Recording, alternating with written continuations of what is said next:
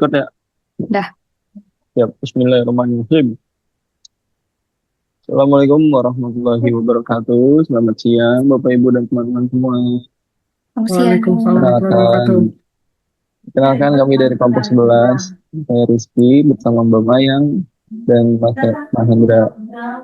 Hari ini kami akan mempresentasikan proyek ujian kami, yaitu EV Charger Power Monitoring System, yaitu sebuah sistem monitoring daya pengisian kendaraan listrik berbasis web. Latar belakangnya sebenarnya sederhana ya, itu melihat adopsi kendaraan listrik di Indonesia terus meningkat, tapi banyak nih pengguna belum punya cara mudah untuk memantau proses charging mereka secara real time, mulai dari berapa daya yang terpakai, berapa biaya yang harus dibayar, sampai riwayat pemakaian sebelumnya. Nah, karena itu, kami membangun aplikasi ini sebagai simulasi sistem monitoring charger EV yang datanya diambil dari simulator IoT menggunakan Node-RED, lalu diproses dan ditampilkan lewat dashboard web berbasis Python Flex seperti ini. Dari sisi teknologi, kami menggunakan Python Flex sebagai backend dan web server, lalu SQLite sebagai database, Node-RED sebagai simulator IoT atau API public yang mengirim datanya, terus HTML, CSS, dan JavaScript murni untuk front end dengan tema custom glass motion. Terakhir ada Chart.js buat visualisasi grafik daya dan tegangan secara real time. Untuk pembagian kerja, saya Rizky, bagian setup awal aplikasi serta fitur login dan register. Mbak Maya mengerjakan integrasi API dan fitur CRUD riwayat charging. Nah, Mas Mahendra mengerjakan fitur riwayat charging otomatis dan error handling. Nanti kami akan jelaskan masing-masing bagian sambil didemokan langsung ya. Nah, aplikasi ini punya sistem login dengan 3 role, super admin, admin, dan user. Setiap orang yang mendaftar lewat halaman register tidak bisa langsung login. Akunnya akan berstatus menunggu persetujuan dulu, baru bisa dipakai setelah disetujui oleh admin atau super admin lewat menu kontrol user. Ini kami buat supaya tidak sembarang orang ya bisa langsung masuk ke sistem tanpa verifikasi di. Nah, ini adalah tampilan halaman login. Lalu bisa di bisa dilihat dulu untuk halaman loginnya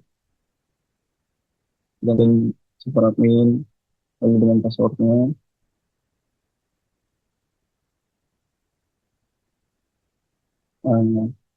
Salah. Bentar. Nah, masuk ke control user.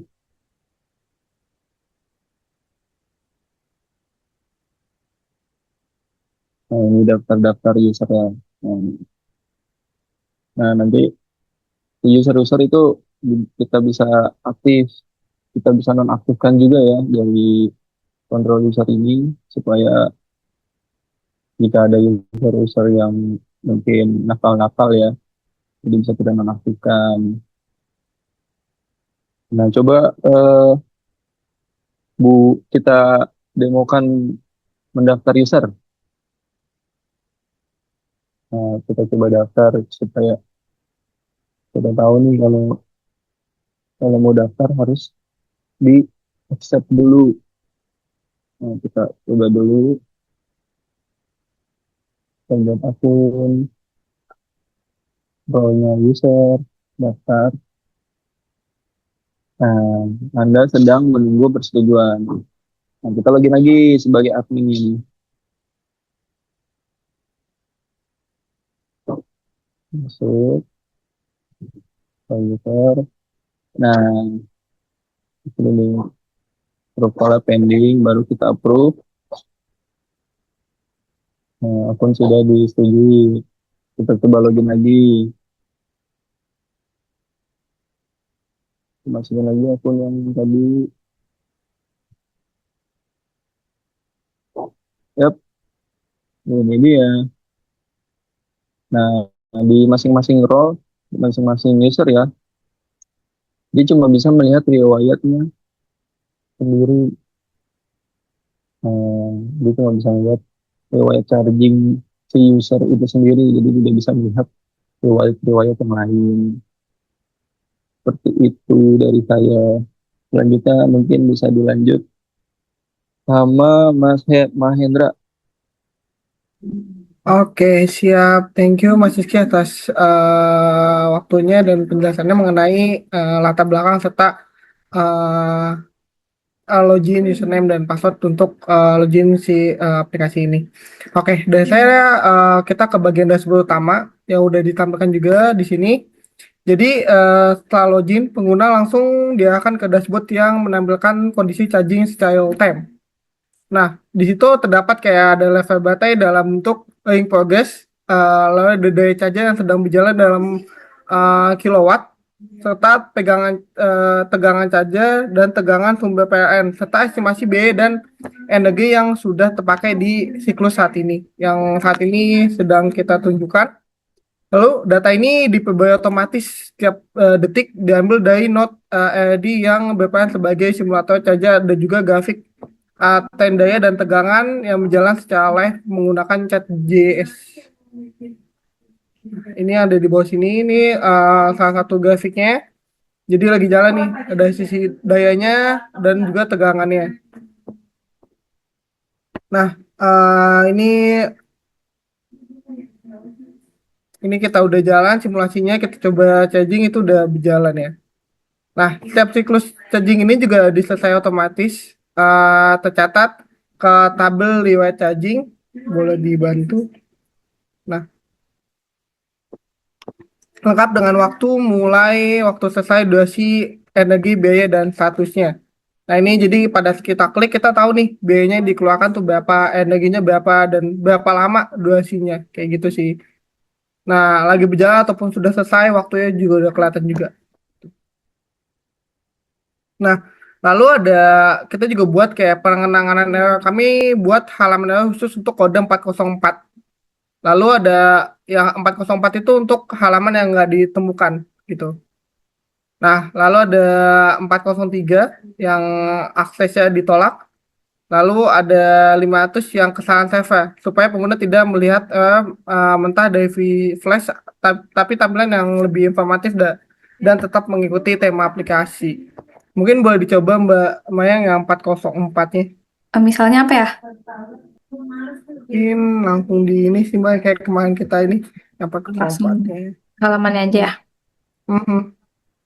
Nah, Nah, ini salah satu contoh untuk yang 404-nya sih. Paling kayak gitu. Itu salah satu contohnya. Lalu itu sih yang bisa saya sampaikan. Selanjutnya bisa saya serahkan ke Mbak Mayang. oke, terima kasih Mas Mahendra. Nah, selanjutnya di sini saya akan jelasin tentang CRUD-nya ya. CRUD di riwayat charging. Nah, kalau bisa dilihat di sini ada button buat tambah data manual. Nah, kenapa sih harus ada fitur ini? Ini tuh untuk misalnya waktu ngecas itu datanya gak masuk nih, error gitu. Nah, itu bisa tambahin data secara manual oleh user.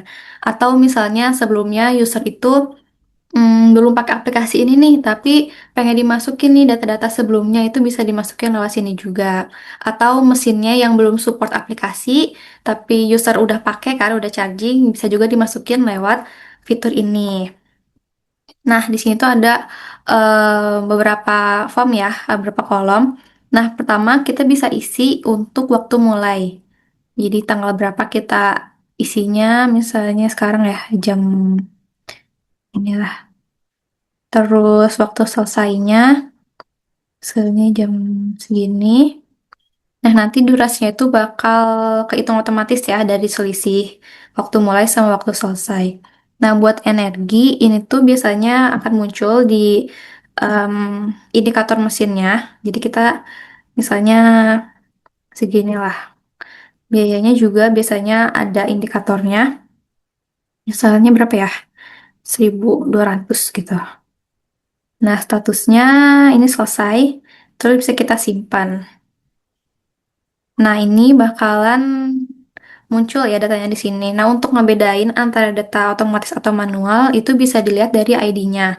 Kalau misalnya manual itu tuh bakal kayak gini tulisannya manual. Kalau misalnya otomatis eh ID-nya depannya CHG atau bisa dilihat di aksinya ini bakal kelihatan ya ada badge otomatis. Nah, kenapa beda nih gitu? Yang manual sama yang otomatis ini ada button edit sama hapusnya. Nah, jadi buat data yang ditambahin manual itu bisa kita edit sama bisa kita hapus. Sedangkan yang data otomatis itu nggak bisa kita edit untuk menjaga keaslian data. Kayak gitu. Nah, misalnya kita edit ya. Edit waktunya jam 15. Nah, ini juga berubah ya. Kita save, kita lihat. Ini udah berubah di detailnya. Kita hapus juga. Ini udah berfungsi ya untuk rootnya. Hmm. Nah, udah paling segitu aja demo dari kelompok 11 kelompok kita mengenai aplikasi dashboard penggunaan daya charger mobil listrik ini. Terima kasih atas perhatiannya. Wassalamualaikum warahmatullahi wabarakatuh. Kalau Waalaikumsalam warahmatullahi wabarakatuh.